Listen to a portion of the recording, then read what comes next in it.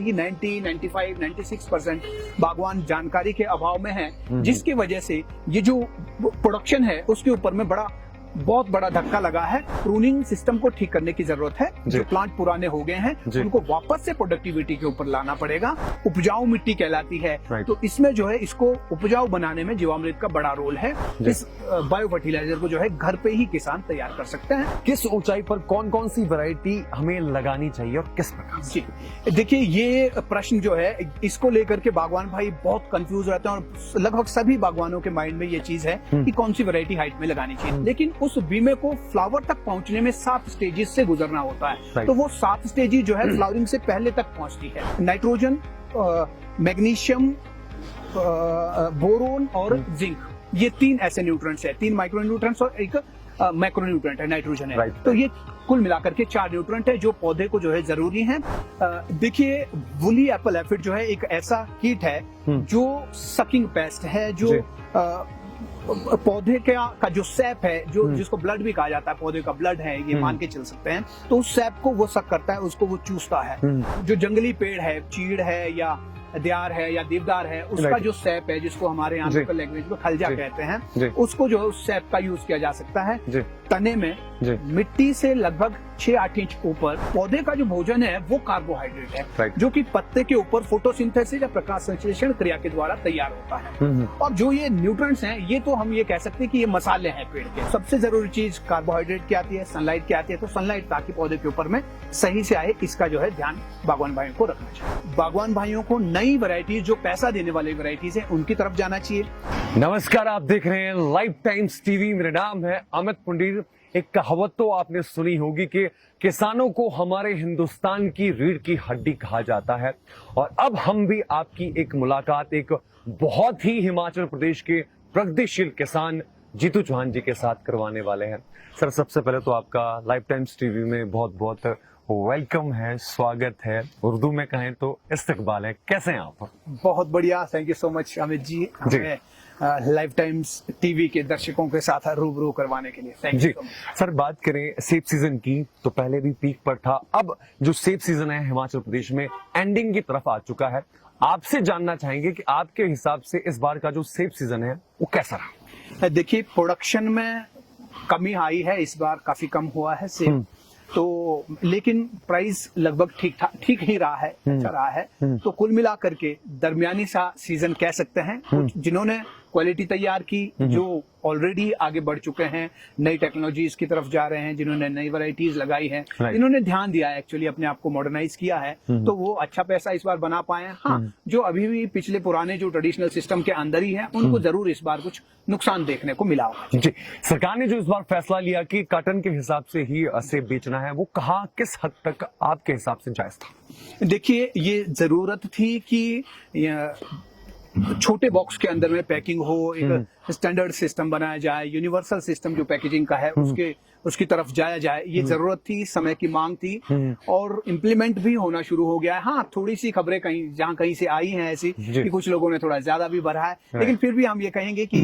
एक शुरुआत अच्छी हो गई है और आगे जो है इसके बहुत अच्छे परिणाम हमें देखने को मिलेंगे। ऐसी जरूर पहले लग रहा था कि जिस दिन ये यूनिवर्सल कार्टन सिस्टम शुरू होगा, लागू होगा, तो हो सकता है कि प्राइस नीचे जाएगा, या ऐसा जिस बात का डर था एक्चुअली बागवानों के अंदर में, तो वो तो कम से कम नहीं देखने को मिला है। अच्छी प्राइसिंग इस बॉक्स के साथ में भी लोगों को इस बार मिली। जी तो जानना चाहूंगा, ये जो सेब की प्रोडक्शन लगातार गिरती जा रही है, इसका रीजन क्या है, कारण क्या है?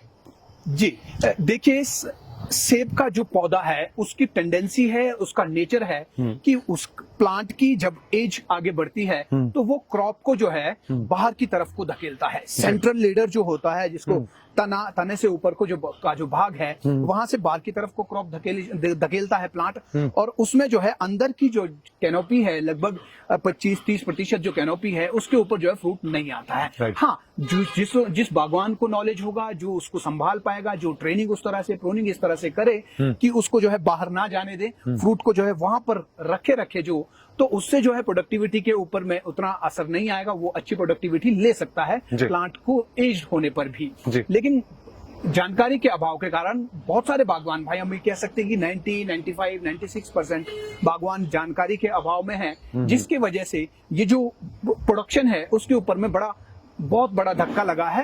हालांकि और भी कारण है, जैसे रूट रॉट है, ये भी कारण है। मौसम का रोना जो है वो तो सभी लोग रो ही रहे हैं, पूरी दुनिया में रो रहे हैं, तो उसको जो है ज्यादा इसी के ऊपर में बात करें ये मुझे नहीं लगता कि वो सही रहेगा। तो प्रूनिंग सिस्टम को ठीक करने की जरूरत है। जो प्लांट पुराने हो गए हैं उनको वापस से प्रोडक्टिविटी के ऊपर लाना पड़ेगा, तो प्रोडक्शन हमारी जो है अभी भी संभल सकती है, लेकिन सही समय रहते हुए बागवानों को जो है अवेयर होने की जरूर। आगे बढ़ना चाहेंगे, जानना चाहेंगे आपसे कि प्राकृतिक खेती में जो एक जीवामृत नामक चीज होती है वो कैसे सेब की पैदावार को प्रभावित करती है आपके हिसाब से? जी देखिए, बहुत अच्छा प्रश्न आपने किया है। जीवामृत जो है आज पूरे देश में ही नहीं बल्कि पूरी दुनिया में इस नाम के ऊपर में चर्चाएं हो रही हैं। और अभी जो है नोनी यूनिवर्सिटी में इंटरनेशनल सेमिनार हुआ था जिसमें 7-8 कंट्रीज के विशेषज्ञ आए थे। और इन 7-8 कंट्रीज में, जिसमें यूके भी है, फ्रांस है और बहुत सारी कंट्रीज हैं, नाम मुझे अभी याद नहीं आ रहा है, तो इन कंट्रीज में भी जीवामृत के ऊपर में काम हो रहा है। जीवामृत जो है एक बायो फर्टिलाइजर है, लिक्विड बायो फर्टिलाइजर, जिसके अंदर मैक्रो माइक्रो न्यूट्रिएंट्स होने के साथ साथ में ये एक कल्चर है फंगस का, जो बेनिफिशियल फंगस है, बेनिफिशियल निमाटोड्स है, बेनिफिशियल माइक्रोब्स हैं, उनका एक, तो इसीलिए इसको जो है एक ऐसा कंसोर्शियम है जो जमीन के लिए बहुत अच्छा है और पौधों को न्यूट्रिएंट मुहैया करवाने के साथ साथ जो जरूरी माइक्रोब्स हैं, जिसकी वजह से सॉइल जो है वो लाइव सॉइल कहलाती है, हेल्दी सॉइल कहलाती है, उपजाऊ मिट्टी कहलाती है। तो इसमें जो है इसको उपजाऊ बनाने में जीवामृत का बड़ा रोल है। और कोई भी बागवान, चाहे वो कन्वेंशनल फार्मिंग करता हो, नेचुरल फार्मिंग करता हो, ऑर्गेनिक फार्मिंग करता हो, सभी लोग जो है जीवामृत का प्रयोग कर सकते हैं, जिसमें गोबर, गौमूत्र, दाल का पाउडर और गुड़ या गुड़ के अलावा कोई और मीठे फलों का भी प्रयोग किया जा सकता है। वो डाल करके इस बायो फर्टिलाइजर को जो है घर पे ही किसान तैयार कर सकते हैं। और हिमाचल के बहुत सारे किसान इसको जो है ऑलरेडी यूज कर रहे हैं। तो मैं ये कहूंगा कि सभी बागवानों को, क्योंकि ये लगभग फ्री है, तो सभी बागवान, घर में गाय भी है ही, तो सभी बागवानों को कम से कम जीवामृत बनाना चाहिए। आपको एक फ्री बायो फर्टिलाइजर मिल जाता है, आपकी मिट्टी को सुधारने के लिए एक कारण आपके पास मिल जाएगा, एक साधन आपके पास मिल जाएगा। जी तो सर आगे बढ़ना चाहेंगे, आपसे अभी ये जानना चाहूंगा कि किस ऊंचाई पर कौन कौन सी वैरायटी हमें लगानी चाहिए और किस प्रकार? जी देखिए, ये प्रश्न जो है इसको लेकर के बागवान भाई बहुत कंफ्यूज रहते हैं और लगभग सभी बागवानों के माइंड में ये चीज है कि कौन सी वैरायटी हाइट में लगानी चाहिए। देखिए, यूं तो कोई भी वैरायटी किसी भी एलिवेशन पे लगाई जा सकती है। वहां का जो माइक्रो क्लाइमेट है उसके हिसाब से वैरायटी जो है वो खुद बिहेव करती है और मैच्योरिटी में उसका असर रहता है। नीचे एलिवेशन में तो जल्दी आएगा, ऊपर है तो हार्वेस्टिंग लेट आती है। लेकिन ये जरूर है कि अगर 8000 फीट या इससे ऊपर की एलिवेशन में जाते हैं तो कुछ ऐसे स्ट्रेन्स है कुछ वैरायटीज के जो कि यहाँ जो है साइज में दिक्कत आती है, जिसमें साइज छोटा रह सकता है। तो वो देख करके कुछ जो है कुछ स्ट्रेन्स में डिलीशियस के कुछ ऐसे स्ट्रेन्स हैं, जैसे स्पर वैरायटीज, स्पर स्ट्रेन जो है उनमें साइज में दिक्कत आ सकती है, तो उन स्ट्रेन्स को जो है ना लगाएं। हाँ, जिसपे जो लेट कलरिंग स्ट्रेन्स होंगे उनको अगर हायर एलिवेशंस में भी लगाते हैं तो उसमें कोई ऐसी दिक्कत नहीं रहती। जी आगे आपसे ये पूछना चाहूंगा कि हार्वेस्टिंग के बाद भी न्यूट्रिशन की क्या आवश्यकता होगी? देखिए, पौधा जब फसल दे करके फ्री होता है तो फसल के साथ साथ पौधा जो है एग्जॉस्ट होता है, वो काफी न्यूट्रिएंट जो है फ्रूट के साथ में चले जाते हैं। तो अगले साल के लिए जो तैयारी पौधे ने हालांकि करी होती है, 50-60% तैयारी ऑलरेडी होती है। अगले साल जिस बीमे के ऊपर फ्रूट लगना है वो बीमा ऑलरेडी बना हुआ है, लेकिन उस बीमे को फ्लावर तक पहुंचने में 7 स्टेजेस से गुजरना होता है। तो वो 7 स्टेजेस जो है फ्लावरिंग से पहले तक पहुंचती है। तो जिस दिन मतलब बीमे से फ्लावर बाहर निकलेगा वो 7th स्टेज है। तो अभी तक जो है ये मान सकते हैं कि 4th-5th स्टेज निकल चुकी होगी। तो आगे की स्टेजेस को पूरा करने के लिए पौधे के पास वो न्यूट्रिएंट्स होना बहुत आवश्यक है। और उन न्यूट्रिएंट्स की जरूरत एक्चुअली पौधे को जब डोरमेंसी ब्रेक होगी, जब पौधा दोबारा से मार्च में डोरमेंसी से बाहर आएगा, शीत निद्रा से बाहर आएगा, तो उस वक्त पौधे को इन न्यूट्रिएंट्स की जरूरत होती है, जिसमें नाइट्रोजन, मैग्नीशियम, बोरोन और जिंक, ये 3 ऐसे न्यूट्रिएंट्स है। 3 माइक्रो न्यूट्रिएंट्स और एक मैक्रो न्यूट्रिएंट है, नाइट्रोजन है। तो ये कुल मिलाकर के 4 न्यूट्रिएंट है जो पौधे को जो है जरूरी है और उस वक्त जरूरी है। तो इसको देने के लिए जो है तुरंत सेब तोड़ाने के बाद नहीं देने चाहिए, जिससे पौधा तुरंत वेजिटेटिव ग्रोथ में चला जाता है। Right. तो इसके लिए इंतजार किया जाना चाहिए, पत्ते जो है वो पीले होने शुरू हो, गिरने की तैयारी करते हो, तो उस वक्त पौधा जो है न्यूट्रिएंट्स को पत्तों के ऊपर से उठा करके अपने स्टोरेज सेल में स्टोर करना चालू करता है और फिर उनका यूज डोरमेंसी के बाद में पौधा करता है। जी सर, अब मैं भी जानना चाहता हूँ और जितने भी किसान भाई, बागवान भाई हमें देख रहे हैं, वो भी ये जानना चाहेंगे कि एफिड कंट्रोल क्या होता है और वो कैसे कार्य करता है। देखिए, वुली एप्पल एफिड जो है एक ऐसा कीट है जो सकिंग पेस्ट है, जो पौधे का जो सैप है, जो जिसको ब्लड भी कहा जाता है, पौधे का ब्लड है ये मान के चल सकते हैं, तो उस सैप को वो सक करता है, उसको वो चूसता है। तो उसको कंट्रोल करने के लिए सीजन के दौरान में HMO हॉर्टिकल्चर मिनरल ऑयल का 3-4 बार स्प्रे किया जाना चाहिए। इंसेक्टिसाइड से जितना दूर हम रहें, जितना कम हम इंसेक्टिसाइड का यूज करेंगे, उतने ही ज्यादा बेनिफिशियरी इंसेक्ट्स जो हैं, जो प्रेडेटर जिनको कहते हैं, उनकी संख्या ऑर्चर्ड के अंदर में ज्यादा होती है और वो नेचुरल कंट्रोल जो है वो वुली एप्पल एफिड का है। तो थोड़ा सा एफिड होने के बाद में सीधा इंसेक्टिसाइड की स्प्रे नहीं होनी चाहिए। ग्लव्स पहने, जो मेडिकल यूज के भी जो ग्लव्स होते हैं 8-10 रुपए में, 20 रुपए में मिलता है, वो पहन करके मैकेनिकल कंट्रोल जिसको कहते हैं उसको साफ किया जा सकता है।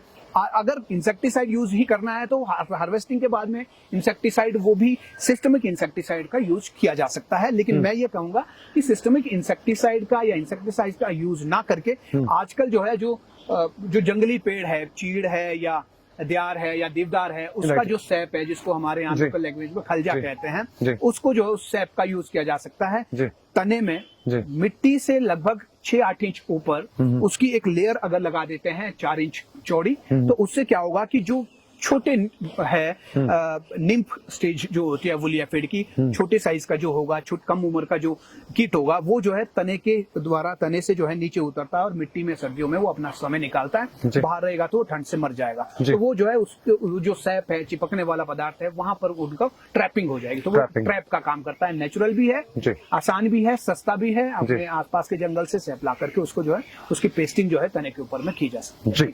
अब आपसे पूछना चाहूंगा कि आपके हिसाब से गुड वे में प्रूनिंग कैसे की जानी चाहिए? देखिए, एक जरूरी जो चीज है पौधे के लिए, पौधे का जो भोजन है वो कोई खाद नहीं है, कोई न्यूट्रिएंट नहीं है, ना नाइट्रोजन है, ना फास्फोरस है, ना पोटाश है, ना माइक्रो न्यूट्रिएंट्स हैं। पौधे का जो भोजन है वो कार्बोहाइड्रेट है, जो कि पत्ते के ऊपर फोटोसिंथेसिस या प्रकाश संश्लेषण क्रिया के द्वारा तैयार होता है। और जो ये न्यूट्रिएंट्स हैं, ये तो हम ये कह सकते हैं कि ये मसाले हैं पेड़ के। खाना जो है दाल चावल है, आटा है, ये है, तो उसमें जो है कार्बोहाइड्रेट पौधे का खाना है। कार्बोहाइड्रेट सूरज की रोशनी से बनता है। तो कार्बोहाइड्रेट बनाने के लिए सूरज की रोशनी पौधे की एक एक भाग तक पहुंचे, एक एक पत्ते तक पहुंचे, ये सुनिश्चित करने के लिए प्रूनिंग सही ढंग से करना। धूप जो है वो एक एक पत्ते तक पहुंचे ताकि ज्यादा कार्बोहाइड्रेट बने और पौधा जो है अगले साल के लिए बीमों की निर्मित भी कर पाएगा और जो फसल है उसको भी जो है अच्छे से वो मेच्योरिटी तक पहुंचा सकता है। उसका साइज अच्छा आएगा, कलर अच्छा आएगा, उसमें टेस्ट अच्छा आएगा और अल्टीमेटली फार्मर को जो है ज्यादा अच्छा पैसा मिलेगा। जी तो सर, जाते जाते उन सभी किसान भाइयों, बागवान भाइयों के लिए आपकी तरफ से एक मैसेज, जिन्होंने अभी नया नया सेब का बगीचा लगाया है, कि वो किन किन बातों का ध्यान रखें अपने बगीचे को और ज्यादा अच्छा बनाने के लिए, ताकि कल के लिए जब सेब की पैदावार उनके बगीचे में अच्छी हो तो वो भी खुश हो जाएं। आपकी तरफ से कोई किसान भाइयों को, बागवान भाइयों को कोई मैसेज? जी देखिए, आप नया बगीचा अगर लगा रहे हैं तो नए बगीचे में वैरायटीज को सही ढंग से चुनिए आप। और दूसरी चीज की पौधों की जो लाइन है, लाइन की डायरेक्शन नॉर्थ टू साउथ करें ताकि सनलाइट ज्यादा से ज्यादा आए।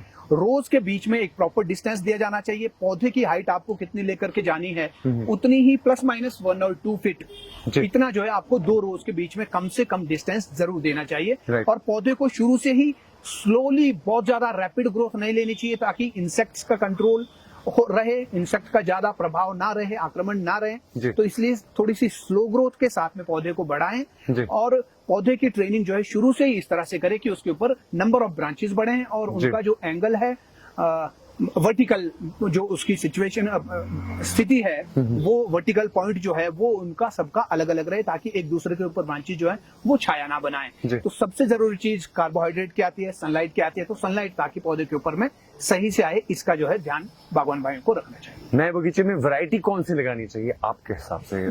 देखिए, वैरायटीज में मैं ये कहूंगा कि बागवान भाइयों को नई वैरायटी जो पैसा देने वाली वैरायटीज है उनकी तरफ जाना चाहिए। गाला है, गाला में डिफरेंट स्ट्रेन्स हैं और उनमें भी जो स्ट्रेन्स हमारे पास आ चुके ऑलरेडी 10-12 ऐसे स्ट्रेन्स हैं जो हमारे पास ऑलरेडी हैं, उन स्ट्रेन्स के साथ में नए स्ट्रेन के चक्कर में ना जाएं। ऑलरेडी हमारे पास अब स्ट्रेन आ चुके हैं, हाई कलर स्ट्रेन्स भी हैं। तो गाला है, ग्रैनी स्मिथ है, रेड जोना प्रिंस है और पिंक लेडी और फूजी, ये कुछ वैरायटीज है जिनकी तरफ बागवान भाइयों को जाना चाहिए। सभी के लिए कुछ आपकी तरफ से दिवाली आने वाली है, कोई संदेश एक आपकी तरफ से खुशी खुशी? जी, दिवाली आ रही है। दिवाली के समय पर हम स्वच्छता बनाए रखें, अपने पर्यावरण को सुधारें। बागवान होने के नाते यही कहूंगा कि हम अपने माइक्रो क्लाइमेट का ध्यान रखें, कम से कम धुआं निकालें, कम से कम लकड़ी जलाएं, कम से कम जो पौधे की वुड जो हम तैयार करते हैं, लकड़ी तैयार करते हैं, वो कम से कम तैयार हो, इसका हमें ध्यान रखना चाहिए। और जो बुराइयां बागवानी के अंदर है, केमिकल्स ज्यादा यूज करते हैं, उसको कम करना चाहिए, कीटनाशकों का प्रयोग कम करना चाहिए। हम जो है अपने आसपास के क्लाइमेट को स्वस्थ और स्वच्छ बनाएं ताकि हम और हमारी आने वाली पीढ़ियों को जो है अच्छा क्लाइमेट मिले, अच्छा पर्यावरण मिले। जी, आपने अपना कीमती वक्त दिया, बहुत बहुत धन्यवाद आपका। बहुत अच्छा लगा आपके साथ बातचीत करके। Thank you. अगर दर्शकों आपको भी ये बातचीत जो हमने एक्सक्लूसिव जीतू चौहान जी के साथ की, जो एक हिमाचल प्रदेश के बहुत ही प्रगतिशील किसान है, उम्दा किसान है, इनकी जितनी तारीफ की जाए उतनी कम है। अगर आपको ये इंटरव्यू, आपको ये बातचीत अच्छी लगी हो तो कमेंट करके आप हमें जरूर बताएं। बाकी इस वीडियो को आप शेयर अवश्य करिए। मेरा नाम है अमित पुंडीर, वीडियो पर साथ दे रहे हैं senior video journalist Ajay Faria ji. देखते रहिए लाइफ टाइम्स टीवी। नमस्कार। टांगरी ज्वेलर्स इस फेस्टिवल सीजन लेकर आया है सोने पर सुहागा स्कीम। सोने और चांदी की खरीद पर जीते गाड़ी, स्कूटी, फ्रिज व सैकड़ों इनाम। आज ही विजिट करें टांगरी ज्वेलर्स, मिडल बाजार, शिमला। इस त्योहारी सीजन में मात्र 1 रुपए में घर ले जाए अपनी पसंदीदा सुजुकी कार। इतना ही नहीं, गोयल मोटर्स में इन शानदार कारों पर पाए 60,000 तक का महा डिस्काउंट। तो देर किस बात की, आज ही विजिट करें अपने नजदीकी गोयल मोटर्स शोरूम को और पाए अपनी पसंदीदा कार पर ऐसा दाम जो पहले कभी न था।